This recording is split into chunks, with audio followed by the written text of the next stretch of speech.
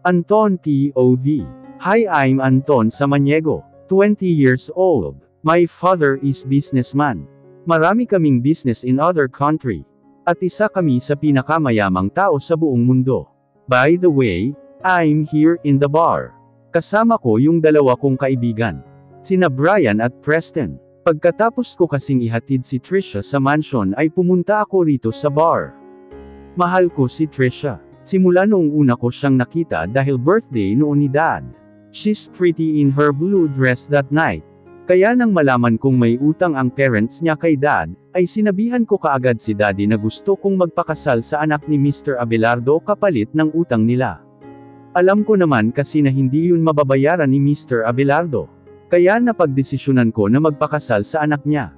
Unang kita ko pa lang kay Trisha ng gabing yun, ay sinabi ko na sa sarili ko na akin siya. Walang kahit na sino ang pwedeng umagaw sa babaeng mahal ko.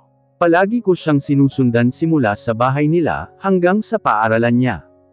Bro, chicks, sabi ni Preston sabay turo sa babaeng papunta sa amin. I don't care, malamig kong sagot sa kanya. Wow bro, loyal ka na yata kay Trisha ngayon. Si Brian, yeah, I'm loyal to her. At alam din nila na gusto kong pakasalan si Trisha. Hindi ako nagtatago ng lihim sa dalawang to, shut up your bad mouth Brian. Inis kong sabi sa kanya, at tumayo na at lumabas na ng bar. Trisha POV. Hindi ako makatulog. Siguro namamahay ako. Kahit anong gawin ko hindi talaga ako makatulog. Kaya, ang ginawa ko ay umupo na lang ako sa kama. Kumusta na kaya sina mom at dad?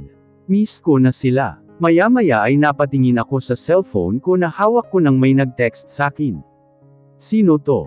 Bakit number lang nakalagay? From 0912345676. Hi, tulog ka na ba? Si Inigo to OMG. Si Inigo nag-text sakin. Gusto kong sumigaw sa kilig. Magre-reply na sana ako nang biglang bumukas yung pinto. Ay pangit na aso. Ano ba yan? Hindi ba uso sa kanya ang kumatok? Nakakagulat naman. Papatayin niya ba ako sa gulat? Alam niyo kung sino yun. Walang iba kundi ang prinsipe ng mga insekto. Si Anton. Hoy, uso ang kumatok bago pumasok. Hindi yung nanggugulat ka. Bulyo ko sa kanya. Nakakainis ba naman? Sorry, pero hindi uso sakin ang kumatok. Sagot niya. At naglakad papunta sa closet. Ano? Paano kung nagbibihis ako tapos bigla kang pumasok? Hindi mo ba naisip yun ha? Inis kong tanong sa kanya. Eh di mas okay. Para wala nang sagabal, nakangiti niyang sagot. Iyon bang ngiting may binabalak? Subukan niya lang talaga. At dahil sa sinabi niya bigla akong namula, I hate you Anton. Sana hindi niya mahalata. Are you ready? Tanong niya na nakangiti pa rin. Anong pinagsasabi nito? Anong ready ang pinagsasabi mo? Tanong ko sa kanya na nauutol pa. For our first night, nakangiti niyang sagot. At bigla niyang hinubad ang t-shirt niya. My God! Pandesal, yung mga muscle niya, at yung abs niya. Ano ba yan Trisha tigilan mo nga muna yung kalandian mo. Are you done checkang my abs? Tanong niya sakin habang may ngiti sa labi, yung laway ko tutulo na. Joke lang. Hindi ako ganun hoy hindi ah. Iba yung tinitingnan ko. Palusot ko. Ano ba yan nauuto ako? Talaga, kaya pala muntik nang tumulo ang laway mo, pang-aasar niyang sabi. Napahawak naman ako sa bibig ko. Wala namang laway. Hindi ah, at pwede ba magsuot ka ng t-shirt mo, inis kong sabi sa kanya. Nakakainis na. Ayaw ko. Sanay ako matulog na walang damit kaya masanay ka na. At saka higit pa riyan ang makikita mo pagkasal na tayo, sabi niya sabay higa sa kama. At ano raw sabi niya? Higit pa raw roon ang makikita ko. Napakamanyak talaga nito. Umalis ka nga rito sa kama. Doon ka sa couch. Sabi ko sabay turo sa couch. Aba, ayaw kong katabi siya. Baka kung ano pang gawin niya sakin. This is our room honey. Kaya dapat magkatabi tayo matulog, at pinagdiinan pa talaga ang R. At ano raw sabi niya? Honey, hindi na ako sumagot. Tumayo na lang ako at pumunta sa couch at doon matulog, kasi ayaw ko talaga katabi siya, nakakainis siya. Pinikit ko na lang ang mga mata ko at di ko namalayan nakatulog na pala ako. Trisha POV.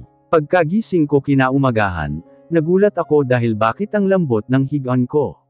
Minulat ko ang aking mga mata. Teka, bakit nasa kama na ako? Paano ako napunta rito? Naglakad ba ako papunta rito habang tulog? Imposible naman kung si Anton yung nagbuhat sakin papunta rito. Good morning. Gising ka na pala, nakangiting sabi ni Anton na kakapasok lang sa kwarto. Hindi talaga uso sa kanya ang kumatok. Bakit narito na ako sa kama? Tanong ko sa kanya. Siyempre binuhat kita papunta riyan. Ang bigat mo nga eh. Nakangiti niyang sagot. Nakakahiya, binuhat pa talaga ako. Sigurado namumula na ako. You're blushing, sabi na nga ba? Hindi tanggi ko. Ang aga-aga nagbablush ako. You're cute when you're blushing. And by the way, breakfast is ready. Sumunod ka na lang. Pagkatapos niyang sabihin yun ay lumabas na siya. Teka, ano raw sabi niya? Cute raw ako kapag nagbablush. Mas lalo tuloy akong namula. Pumunta na ako sa banyo, para maghilamos at magayos. Pagkatapos kong magayos ay bumaba na ako. Pagdating ko sa kusina, nakita ko agad si Anton na nakaupo na. My God! Nahihiya kasi ako sa kanya. Paano kung bumalik na lang kaya ako sa kwarto? Ayaw ko talaga sumabay sa kanya kumain. Pero gutom na rin ako. Hindi ko na nga kaya. Iha, halika na rito kakain na, sabi ni Mommy Monica. Kaya wala akong nagawa kundi ang umupo sa tabi ni Anton. Let's eat, sabi ni Mr. Hodeo. Ngumiti lang ako at nag-umpisa ng kumain. Ton, huwag mo munang buntisin si Trisha ha. Nag-aaral pa yan. Nabulunan ako sa sinabi ni Mommy Monica. Bakit buntis agad ang pinag-uusapan? Ang bata ko pa para riyan. Agad naman akong binigyan ni Anton ng tubig. Ton pala ang tawag sa kanya ng mga magulang niya. Iha, are you okay? Nag-aalalang tanong sakin ni Mr. Hodeo. Tumango lang ako bago nagsalita. Okay lang po ako. Sagot ko at uminom ng tubig. Nakakagulat ba naman ang sinabi ni Mommy Monica? Mom, don't worry. Makakapaghintay naman ako, sagot naman ni Anton habang nakatingin sakin. Umiwas na lang ako ng tingin. Pagkatapos ng breakfast, ay pumunta ako sa sala at nanood ng TV. Ang boring kasi rito. Si Anton naman ay nasa kwarto. Habang nanonood ako ng TV, ay biglang tumunog yung cellphone ko. Calling Jana. Dali-dali kong sinagot ang tawag. Lagot ako, hindi pala ako pumasok ngayon. At hindi pa nila alam na ikakasal na ako. Biglaan ba naman? Hello Jana. Hoy babae, bakit ka absent ha? Sabi na nga ba at itatanong niya sakin yan, masakit kasi ang ulo ko. Pagsisinungaling ko. Talaga. Basta pumasok ka bukas ha. Sabi niya sa kabilang linya. Oo, papasok ako bukas. Sige bye. Kinabahan ako dahil doon. Mabuti pinatay ko agad. Baka kung ano-ano pa ang itatanong. Maya-maya ay may nag-doorbell. Sino naman kaya ang bisita ni Anton? Ako na lang ang nagbukas ng pinto kasi busy si naman ng Tina. Pagbukas ko ng pinto ay isang matandang lalaki ang nakita ko. Sino po sila? Tanong ko sa kanya. Hi, I'm Luke Ventura. Nariyan ba si Mr. Anton Samaniego? Grabe ang formal naman magsalita nito. Tuloy po kayo. Tatawagan ko lang po si Anton. Pinaupo ko muna siya, at umakyat na para tawagin si Anton. Pagdating ko sa pinto ng kwarto namin ni Anton, ay agad akong pumasok. Nakita ko siyang nakahiga at naglalaro sa cellphone niya. Ton, may naghahanap sa'yo sa baba. Sabi ko, I don't care. He disturbed me. Malamig niyang sagot. Minsan ang sarap batukan nito. Ano, Ton naman baka importante yung pag-uusapan nyo. Nakakainis naman to.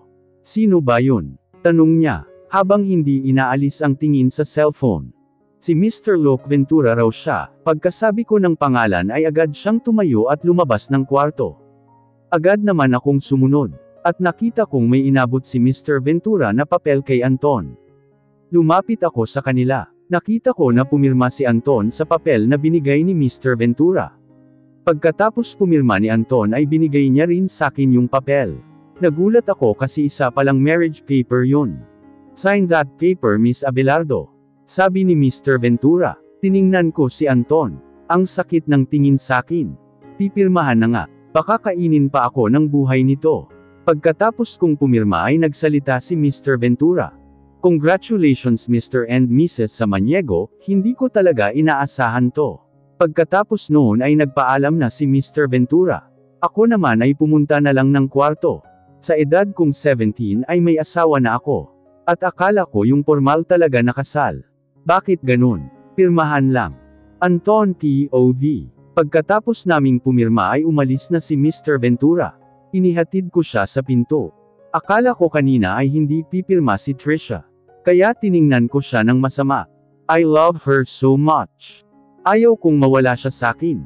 She's perfect for me. Sige Anton, mauna na ako. Wag mo nang pakawalan ang asawa mo.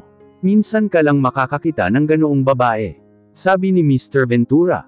I will, attorney. Mahal ko siya at hindi ko kayang iwan siya. Sagot ko. Sige na, mauna na ako. Congratulations. Aniya. Okay. Thank you. Sagot ko. Pagkatapos kong ihatid si Mr. Ventura sa pinto, ay pumunta na ako sa kwarto. Ang saya ko kasi kasal na kami. She's mine now. At ayaw kong may ibang lalaki na umaaligid sa kanya. Makakapanakit talaga ako. Pagpasok ko sa kwarto ay naroon si Trisha, abala sa kanyang laptop. Hi, sabi ko, pero hindi niya ako pinansin. Kaya lumapit ako sa kanya. Inilapit ko yung mukha ko sa mukha niya. Ano ba ton? Sabi niya sabay tulak sakin. Bigla akong natuwa sa tinawag niya sakin. She called me Ton. What? Say it again. Tanong ko. Gusto kong marinig ulit yung tawag niya sakin. Alin? Naguguluhang tanong niya. Anong tawag mo sakin? Tanong ko. Ton, sagot niya. At dahil doon ay napangiti ako. Pamilya ko lang ang tumatawag sakin ng ganyan. At gusto ko sana na ganoon din ang itawag niya sakin pero naunahan niya na ako. Anong nginingiti mo riyan? Tanong niya. Nothing. Masaya lang ako, sagot ko habang nakangiti. Ewan ko sayo, sabi niya at inirapan ako. Nakita ko naman na biglang lumungkot ang mukha niya. Kaya nawala rin ang ngiti ko. Anong problema? Nag-aalalang tanong ko. Gusto ko nang pumasok sa school, sagot niya. Napakamot naman ako sa ulo. Nakalimutan ko yun. Hindi na pala siya nakapasok. Okay, tomorrow papasok ka na, sabi ko. Ngumiti naman siya. Pero ako ang maghahatid sundo sa'yo dugtong ko. Bigla namang nawala ang ngiti niya sa narinig. Ha, pwede namang ako lang mag-isa. Nakabusangot niyang sagot. No, baka gusto mong hindi ka na makapasok sa school mo. Pagbabanto ko. Okay, fine. Sagot niya at inirapan ako, okay. Then let's go. Sabi ko. Saan? Nagtatakang tanong niya. Sa mall. Bibili tayo ng mga gamit mo at mga damit. Sagot ko. Agad naman siyang tumayo at pumunta na ng banyo. Trisha P.O.V. Kinaumagahan ay maaga akong gumising. It's already 5 in the morning. At alam niyo ba kung saan ako natulog? Sa kama. Yes, sa kama na ako natulog. At si Anton naman nasa couch natulog. Kaya ang ganda ng tulog ko. Pumangon na ako at pumunta na sa banyo. Ayaw ko kasing malate sa school. Kaya maaga ako gumising. Pagkatapos kong maligo ay lumabas na ako. Nagulat ako nang pagkalabas ko ay nakita ko si Anton na walang pang itaas. Ang aga-aga pinapakita ang six-pack abs. Anton, wag kang ganyan, inaakit ako ng abs mo. Are you done checking my abs? Nagulat ako nang magsalita siya. Nakatingin pala ako sa abs niya. Hindi asumero mo naman, palusot ko. Nakakahiya. Tsaka magsuot ka nga ng t-shirt mo. Sabi ko na naiinis kunwari. I'm gonna take a bath. Kaya wala akong t-shirt. Nakangiti niyang sagot. Ang ganda ng mga ngiti niya. Nakakaakit. Lalo siyang gumagwapo. Ay Iris. Ano ba yang pinagsasabi ko? Hindi na ako sumagot at lumabas na lang ako ng kwarto. Pumunta na ako ng kusina, para kumain ng umagan. And by the way, yung mommy, daddy at ate pala ni Anton ay nagbakasyon sa Europe. 1 month daw sila roon. Kaya kami na lang dito ni Anton, at ng mga kasambahay ang natira. Maya-maya ay bumaba rin si Anton para kumain. Wala kaming kibuan habang kumakain. Pagkatapos naming kumain ay hinatid na ako ni Anton sa school. Pagdating sa school nakita ko si Jana at si Alice na bading, na naghihintay sakin sa parking lot. Paano ba to? Hindi pa kasi nila alam na may asawa na ako. Sigurado bababate si Anton. At baka malaman nila na si Anton, at yung lalaki na yamakap sakin sa school ay iisa. Sasabihan ko sana siya na huwag na lang siyang bumaba kaso huli na. Nauna nang bumaba. Lagot ako nito. Kaya bumaba na lang ako ng sasakyan. Nakita ko namang nanlaki yung mga mata ng dalawa kong kaibigan. Gulat na gulat. Lumapit ako sa kanila at si Anton naman ay nakasunod sa likod ko. Hanggang ngayon tulala pa rin sila na nakatingin kay Anton. Parang hindi makapaniwala. Hoy, laway nyo tumulo, pukaw ko sa kanilang dalawa. Bigla namang napatikip ang dalawa ng kamay nila sa bibig. Jana, nananaginip ba ako? Tanong ni Alas, hindi ko rin alam Alas. Nauutol na sagot ni Jana. Hoy bro, ano bang pinagsasabi nyo dyan? Inis kong sabi sa kanila, bigla naman silang nagulat. Ha, totoo nga, si Alas, ang alin? Tak ang tanong ko. Na may kasama kang pogi. Pakilala mo naman, kinikilig na sagot ni Alas. Asya si Anton. Ano ko naputol ang sasabihin ko nang magsalita si Anton. I'm her husband. Diretsyong sagot ni Anton. Bigla naman nanlaki ulit yung mga mata nila. Hindi ba ikaw yung lalaki na biglang yamakap kay Trisha dati? Tanong ni Jana. Ye, ako yun, sagot naman ni Anton. So totoo nga ang sinabi mo dati sa kanya? Naasawa ka niya? Tanong naman ni Alice. Ye, sagot naman ni Anton. Napatili naman silang dalawa. Wife, aalis na ako. Wait me here after your classes. Susunduan kita mamaya. Bye. Paalam niya. Nagulat pa ako nang humalik siya sa pisngi ko. At naglakad na papuntang kotse niya at umalis na. Yung dalawa naman ay nakatingin lang sa papalayong sasakyan ni Anton. Pagkatapos ay tumingin sakin. Hoy babaita, magpaliwanag ka mamaya samin. Si Alice. Tumango na lang ako at naglakad na kami papunta sa room namin.